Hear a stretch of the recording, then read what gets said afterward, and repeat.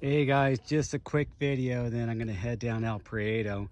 But I wanted to talk to you a little bit about tires and tire pressure and rim width and all that stuff, because I get a lot of questions about this on my channel. And so here's my 7 Sola rigid single speed.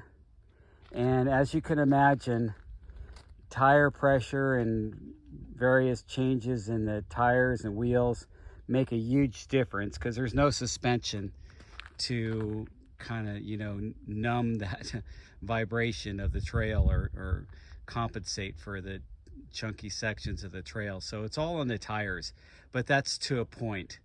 So first off, I think most mountain bikes, unless you're into making a lightweight racing bike for fast climbs and really long, like 24-hour, 12-hour endurance races.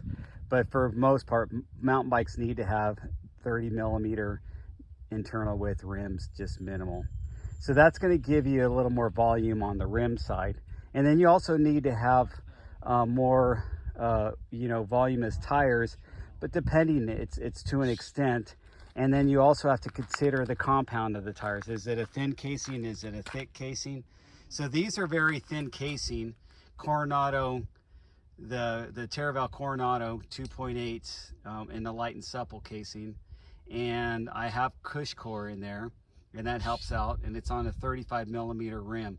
But I don't want to go too low a pressure. Actually, what gives me the nice compression dampening is the Cushcore, and that because it's a thin casing, that makes it a little bit more supple.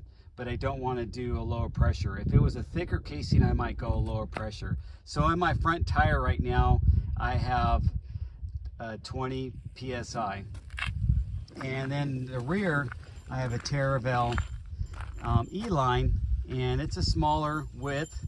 It's a 2.5, but I also have it on a smaller width rim, which is 30 millimeter internal width instead of the 35. It's a Chromag rim, really strong. I really like that rim, and it's got an interesting design.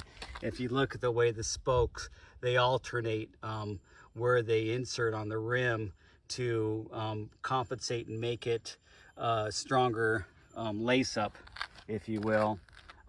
So it's not so much dished with different length spokes, so you can use the same length spokes. So it's kind of neat how they do that. And that's been a really nice rim. And of course I got Cushcore in there.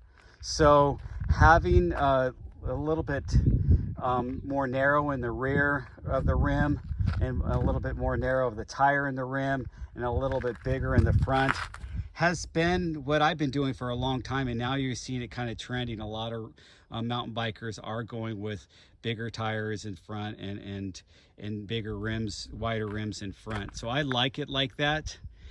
I think you need the extra, the extra volume in front more than you need it in the rear, because your rear is going to pretty much go wherever you pick.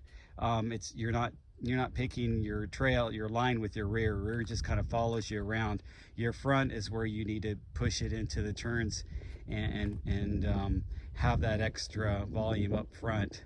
So the other thing I do, all my bikes are custom wheels built with double butted or triple butted spokes. So I think that helps out a lot with the adding that supple feeling, adding that little bit of compression. This is a rigid bike, so adding that little bit of compression with the aluminum rim being able to flex a little bit because of those spokes and because of the flex in the tire, it all adds up, and it's worked out for me. So I don't go super low pressure. I think if you get too low, you're going to get that a little bit more of a flimsy feel.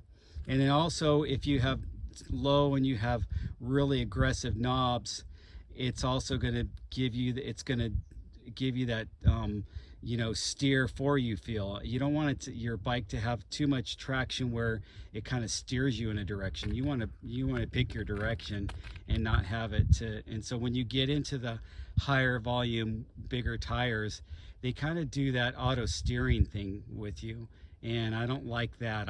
So if I'm going to go 2.8s, I'm going to keep the pressure a little bit on the higher end to keep it from auto steering, if that makes sense. And then the other thing you want to think about, if you have more narrow rims, you don't want to have that light bulb effect in here. So it's like a light bulb, and then as the pressure gets low, it kind of flops over like a light bulb. So having at least 30 millimeter internal width is the only thing that counts. And having a 30 millimeter internal width, you see how it looks, it doesn't look so light bulbish with that 2.5 tire. But if I went a little bit bigger, if I went all the way to 2.8, I don't ever do 2.8 in the back. I think the biggest I'll go in the back is 2.6. That's just me. But if you do bigger tires like that and you don't have it on a wide rim, then I would recommend you get a wider rim. So this is kind of the best I can do for this, and it's kind of makes this rigid bike ride a little bit more like it's a bike with a little bit of suspension. I'll talk to you guys later.